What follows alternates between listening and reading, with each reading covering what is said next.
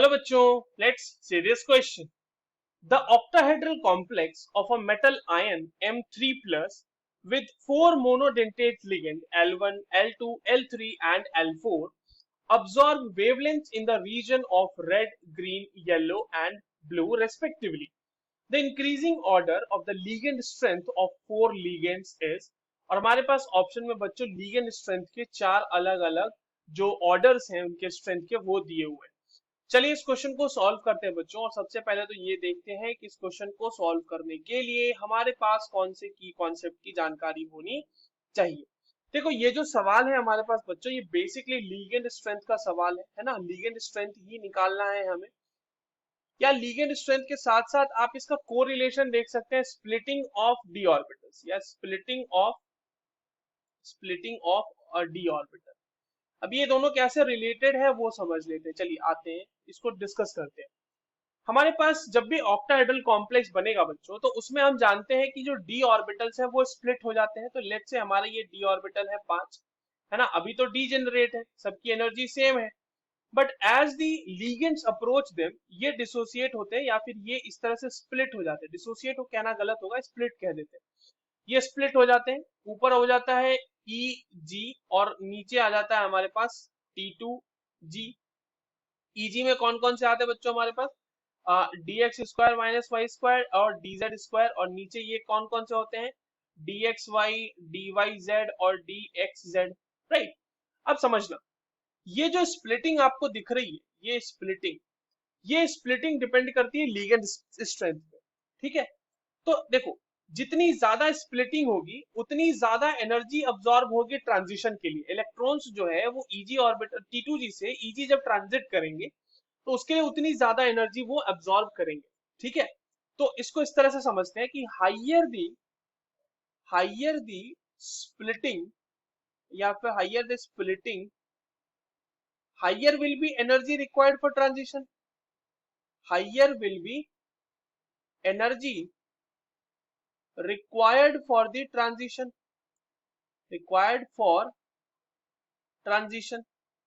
और ये ट्रांजिशन कौन सा होगा बच्चों? DD transition. ठीक है. डीडी ट्रांजिशन के लिए उतनी ज्यादा एनर्जी रिक्वायर्ड होगी. और ये हाइयर स्प्लिटिंग कैसे होती है? हाइयर द लीगेंड स्ट्रेंथ या more the ligand strength more the ligand strength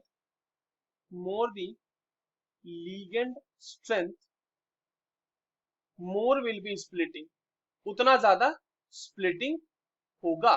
more will be the splitting. अब इन दोनों चीजों को रिलेट करते हुए हम अपना सॉल्व कर लेंगे सवाल. अब देखिए आपके पास दिए हुए हैं कुछ एब्जॉर्प्शंस. तो जैसे जो विजिबल लाइट के हमारे पास एब्जॉर्प्शंस दिए हुए हैं.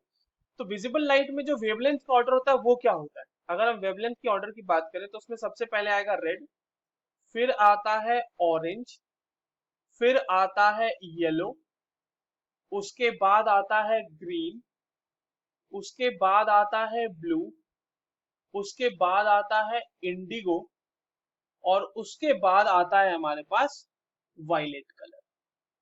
तो ये हो गया हमारे पास वेवलेंथ का ऑर्डर. जब हम वायलेट से रेड की तरफ जा रहे हैं तो वेवलेंथ हमारा इंक्रीज कर रहा है. यानी सबसे ज्यादा वेवलेंथ किसकी होगी बच्चों? यहाँ पर रेड की होगी. तो एनर्जी सबसे कम होगी रेड की, क्योंकि एनर्जी और वेवलेंथ जो है वो इनवर्सली प्रोपोर्शनल होते हैं. हमारे क्या होता है? E इज इक्वल टू होता है एच सी अपॉन लैम्डा. तो लैम्डा जितना ज्यादा एनर्जी उतनी कम. अब देखिए L1 ने अब्सॉर्ब किया है रेड, L1 अब्सॉर्ब कर रहा है red, L2 green, L3 yellow और L4 ब्लू. ठीक है. तो इसको हम लोग लिख लेते हैं. ये L1 इसके कॉरेस्पॉन्डिंग है L1.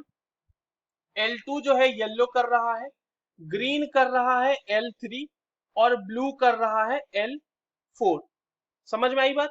L3 L4 हमने लिख लिया. यहाँ पे ग्रीन हमारा कौन कर रहा है? ग्रीन हमारा कर रहा था L2. राइट. L2 ने हमारा ग्रीन किया. ओके सॉरी, यहाँ पे गलती होगी थोड़ी सी, ये मैंने उल्टा लिख दिया. यहाँ पे ये हो जाएगा L3 और ये हो जाएगा L2. ग्रीन हमारा जो है वो L2 अब्सॉर्ब कर रहा है. L2 means absorbing green. Yes, now it is correct. अब आप देखो यहाँ पर जो वेवलेंथ का ऑर्डर है वो लगा लो L1 L2 L3 के लिए हमारे पास. तो ये सिमिलरली वेवलेंथ का ऑर्डर तो लग गया. तो एनर्जी जो होगी वो सबसे ज्यादा किसके लिए, या स्प्लिटिंग सबसे ज्यादा किसके लिए होगी, जिसके लिए वेवलेंथ सबसे कम होगी, है ना, क्योंकि वेवलेंथ क्योंकि सबसे कम तो उसकी एनर्जी उतनी ही ज्यादा। तो स्प्लिटिंग जो होगी सबसे ज्यादा किसके लिए हो रही होगी, L4 के लिए। L4 की स्प्लिटिंग सबसे ज्यादा होगी। उसके बाद स्प्लिटिंग हो रही होगी L2 के लिए, उसके बाद हो रही होगी L3 के लिए, और उसके बाद हो रही होगी L1 के लिए। ये हो गया एक्सटेंट ऑफ स्प्लिटिंग, या स्प्लिटिंग ही लिख लेते हैं सिंपली इसको। ठीक है, स्प्लिटिंग क्यों, क्योंकि L4 के करस्पॉन्डिंग ब्लू जो है ऑब्जॉर्ब हो रहा है, यानी कि उसमें जो ट्रांजिशन के लिए एनर्जी लग रही है वो सबसे ज्यादा लग रही है। ठीक है, तो स्प्लिटिंग का एक्सटेंट यही होगा। तो स्ट्रेंथ का अब मैंने यहाँ पे आपको लिख भी दिया है कि more the ligand strength more will be the splitting. तो जो स्ट्रेंथ हो गया स्प्लिटिंग का, वही लिगेंड का स्ट्रेंथ भी तो होगा।